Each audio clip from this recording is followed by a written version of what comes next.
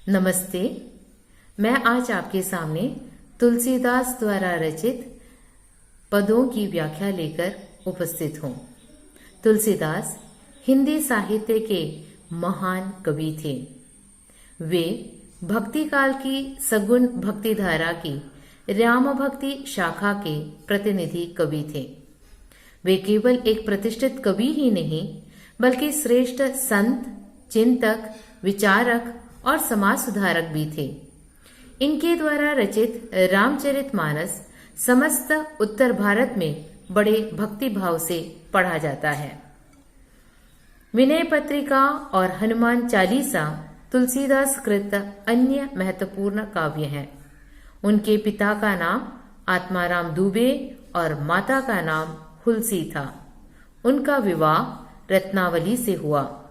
इनके गुरु बाबा नरहरिदास थे, जिन्होंने उन्हें दीक्षा दी। तुलसीदास द्वारा रचित ग्रंथों की संख्या 39 बताई जाती है। इनमें रामचरितमानस, कवितावली, हनुमान चालीसा, विनय पत्रिका, दोहावली, गीतावली, जानकी मंगल, वरबई रामायण आदि विशेष रूप से उल्लेखनीय है। उन्होंने अवधी और ब्रज दोनों ही भाषाओं का प्रयोग किया है, किंतु उनकी अधिकांश रचनाओं की भाषा अवधी है। इस पद में आए कुछ शब्दों के अर्थ हम देख लेते हैं।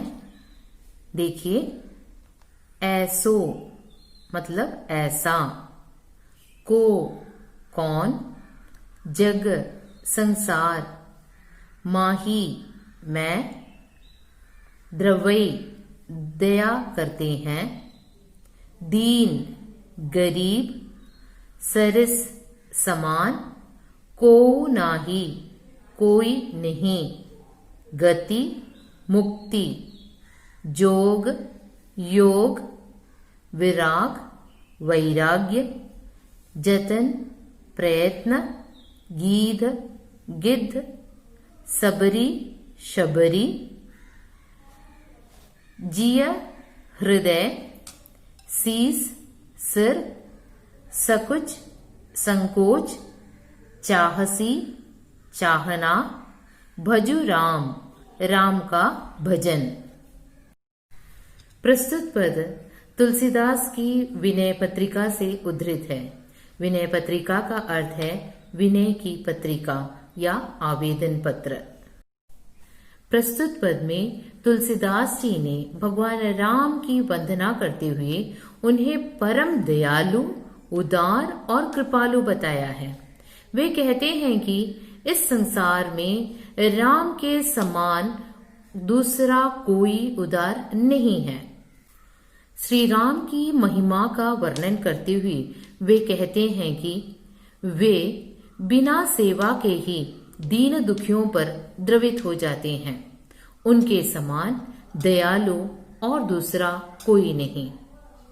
जो मोक्ष ऋषि मुनि और ज्ञानी योग वैराग्य और भक्ति के द्वारा प्राप्त नहीं कर सकते, वही मोक्ष प्रभु ने जटायु नामक गिद्ध को और शबरी को बड़े सहज स्वाभाविक रूप से प्रदान किया। जटायु एक गिद्ध था जिसने रावण से सीता को छुड़ाने का प्रयत्न किया था और क्रोधित हो रावण ने उसके पंख काट दिए थे। और जब राम और लक्ष्मण सीता को खोजते खोजते वहां पहुंचे तो जटायु ने ही सीता हरण का पूरा विवरण उन्हें दिया था। शबरी बील जाति की राम भक्तिन थी, जिन्होंने प्रेम पूर्वक जूठे बेरी राम को खिलाए थे। जो संपत्ति रावण ने शिवजी को अपने 10 सिर अर्पित कर अत्यंत कठोर तप के साथ प्राप्त किए, वही संपत्ति श्री राम जी ने अत्यंत संकोच के साथ विभीषण को प्रदान की। तुलसीदास जी अपने मन को संबोधित कर कहते हैं, हे मेरे मन, यदि तू संपूर्ण सुखों को प्राप्त करना चाहता है तो श्री राम जी का भजन कर, वे कृपा के सागर हैं, निस्संदेह तेरे सारे कार्यों को पूर्ण करेंगे। उनके समान दयालु और कृपालु अन्य कोई नहीं है। इस पद में कवि ने श्री राम जी की दयालुता एवं उदारता का वर्णन किया है। इस पद के कुछ कठिन शब्द इस प्रकार हैं। रावरे आपके, पायन की पैरों की, पग धूरी पैरों की धूली, भूरी अधिक, प्रभाव प्रभाव, पाहन पत्थर, बन वाहन जल की सवारी, यहां पर हम नौका लेंगे, काठ लकड़ी, पावन पवित्र, पाय पैर, पखारी धोना, चढ़ाई हों चढ़ाना, आयसु आज्ञा, बरबैन चतुराई। केवट जो नौका खेता है या चलाता है उसे केवट कहते हैं।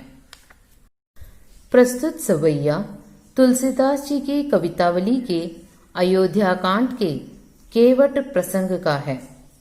श्री रामचंद्र जी ने गंगा पार करने के लिए केवट से नौका मांगी, लेकिन उनके पैरों को धोए बिना केवट उन्हें नौका पर चढ़ाने के लिए तैयार नहीं हुआ।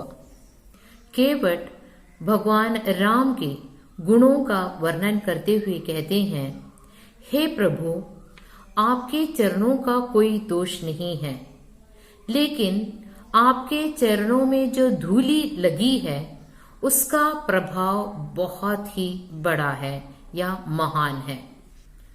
इस धूली के प्रभाव से शिला एक सुंदर स्त्री में रूपांतरित हो जाती है।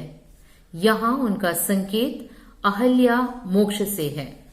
अहल्या मुनि गौतम की पत्नी थी और उनके शाप से शिला में रूपांतरित हो जाती है, और मुनि ने शाप मुक्ति हेतु कहा था कि श्री राम के चरणों का स्पर्श होते ही तुम शाप मुक्त हो जाओगी। केवट कहते हैं कि जब एक शिला सुंदर स्त्री के रूप में परिवर्तित हो सकती है, तो फिर मेरी यह नौका तो लकड़ी की बनी हुई है, और इतना ही नहीं, वो निरंतर जल में रहती है, उसका तर जाना कठिन है। केवट श्री राम से विनती करते हुए कहते हैं, हे प्रभु, यदि आज्ञा हो तो मैं आपके चरणों को धो लूं और फिर अपनी नौका पर चढ़ाऊं। तुलसीदास जी कहते हैं, केवट के इस चातुर्यपूर्ण वचनों को सुन श्री राम सीता जी की ओर देखकर हंस पड़े। धन्यवाद।